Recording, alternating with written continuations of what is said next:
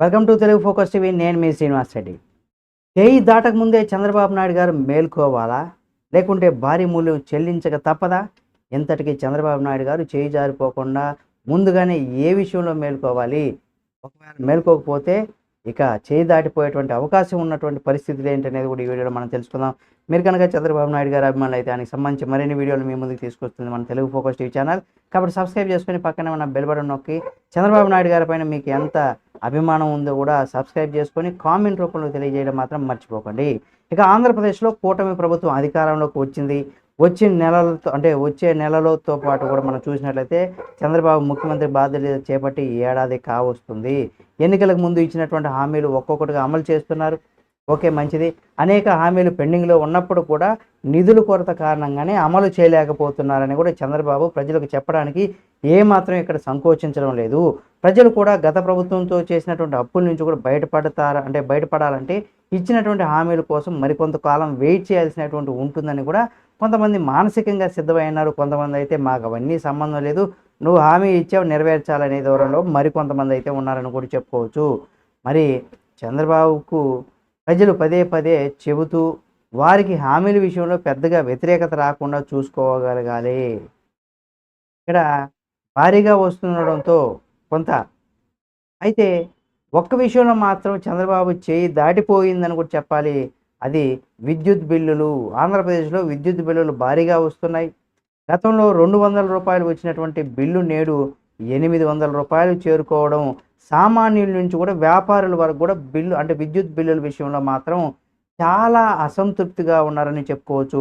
గత ప్రభుత్వం చేసినటువంటి తప్పిదాల కారణంగానే ట్రూ ఆఫ్ ఛార్జీలు విధించాల్సి వచ్చిందని కూడా ప్రభుత్వం పదే పదే చెబుతున్నప్పుడు కూడా ప్రజల చెవుల్లో ఎక్కడం లేదు. ఎందుకంటే ప్రతి నెల విద్యుత్ బిల్లుల్లో అధిక మొత్తంగా చెల్లించాల్సి రావడం, ఇక్కడ కూటమి ప్రభుత్వం పైన కూడా కొందరైతే బహిరంగంగానే నెగిటివ్ కామెంట్స్ అయితే చేస్తున్నారు. కూటమి ప్రభుత్వంలో ఉన్నటువంటి కార్యకర్తలు కావచ్చు, నేతలు కావచ్చు. అంటే నేతలు బహిరంగంగా చెప్పకపోవచ్చు, కానీ కూటమి ప్రభుత్వంలో ఉన్నటువంటి కార్యకర్తలు ఎవరైతే ఉంటారో వారు సామాన్యంగా వాళ్ళకి ఆ గ్రామాల్లో ఉండేటువంటి ప్రజలకు కూడా వాళ్ళు మొహం చూపించుకోలేక ఇలాంటి పరిస్థితులు అయితే ఎదురవుతున్నాయని చెప్పుకోవచ్చు. ఎందుకంటే ప్రతిరోజు ప్రతినిత్యం వాళ్ళే అక్కడ ప్రజల్లో కనిపిస్తూ ఉంటారు. ఏందయ్యా ఇలా చేశారు, కరెంటు బిల్లులు ఎలా భారీగా వచ్చాయనేసి కూడా అక్కడ వాళ్ళకే వ్యతిరేకత వస్తుంది. ఇది ప్రభుత్వానికి కూడా వ్యతిరేకంగా 100% ఉందని చెప్పుకోవచ్చు. ఇక ట్రూ ఆఫ్ ఛార్జీలతో పాటుగా కేవలం ట్రూ ఆఫ్ ఛార్జీలు మాత్రమే కాదు, అనేక ఛార్జీలు వేయడంతో తాము వినియోగించినటువంటి విద్యుత్ కొంత అయినా ఎక్కువ మొత్తం చెల్లించాల్సి వస్తుందని కూడా భావిస్తున్నారు. ఇటీవల ఒక సర్వే సంస్థ గ్రామీణ అర్బన్ ఏరియాల్లో ప్రజల అభిప్రాయాలు సేకరించడానికి వచ్చినప్పుడు కూడా విద్యుత్ సమస్య పైన ఎక్కువగా ప్రభుత్వం వ్యతిరేకత కామెంట్స్ అయితే చేసినట్లుగా కూడా ఆ సంస్థ అయితే వెల్లడించింది. ఇక చిరు వ్యాపారులు కూడా తమ రోజువారీ ఆదాయం కంటే కూడా నెలవారీకి వచ్చేటువంటి విద్యుత్ బిల్లులే అధికంగా ఉన్నాయనేది చెబుతున్నారు. ఎన్నికలకు ముందు తాము అధికారంలోకి వస్తే విద్యుత్ ఛార్జీలు పెంచబోమని కూడా చంద్రబాబు హామీ ఇచ్చారు. కానీ హామీని అమలు చేయడం లేదని కూడా చాలామంది అయితే అసహనం వ్యక్తం చేస్తున్నారు. అంటే ఇక్కడ కూటమి ప్రభుత్వం విద్యుత్ ఛార్జీల విషయంలో కూడా మేలుకోకపోతే భారీ మూల్యం చెల్లించుకోవాల్సినటువంటి పరిస్థితి వస్తుందని 100% రావచ్చు అని కూడా ఇక్కడ గుర్తుపెట్టుకోవాలి.